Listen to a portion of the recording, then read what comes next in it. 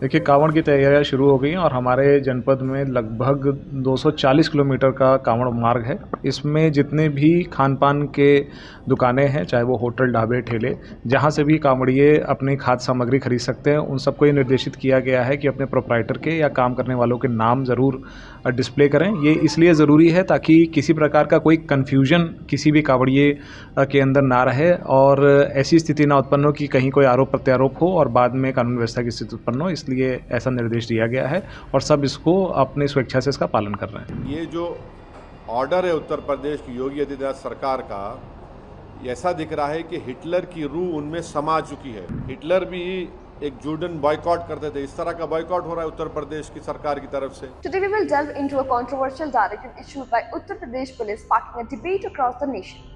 The directive mandates all eateries along the Kavod Yatra's route in Muzaffarnagar to prominently display the names of their owners. This movement ignited varied reaction, evoking historical parallels and concern over religious discrimination.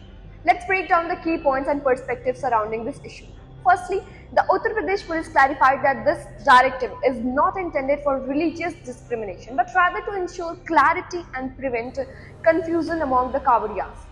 Devotees who undertake the Shravan Kavod Yatra, the Yatra sees a significant influx of pilgrims who abstain from certain dietary choices during this holy period. The police emphasized that in previous instances there were incidents where the naming of eateries caused confusion and even led to law and order challenges. Hence, the voluntary display of owner's name aims to facilitate a smoother Yatra experience and maintain harmony. However, critics like Bollywood screenwriter Javed Akhtar and Chief Asudin Owaisi have strongly condemned this directive. Akhtar drew stark historical comparison linking to move to practices in Nazi Germany where certain establishments were marked, evoking memories of segregation and discrimination. Owaisi echoed similar sentiments, evoking empathies in South Africa and Nazi policies of Judean boycott. The controversy underscores large questions about religious freedom, communal harmony, and the role of state interventions in public spaces. To understand this issue comprehensively, we need to consider the perspective of all the stakeholders involved.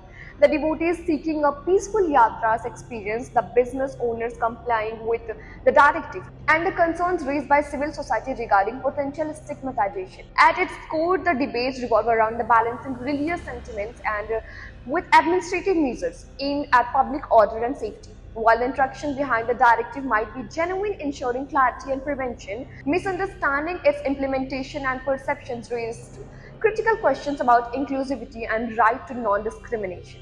As this story unfolds, it prompts us to reflect on how policies aimed at public order can inadvertently start debates on identity, tolerance, and the principle of secular democracy.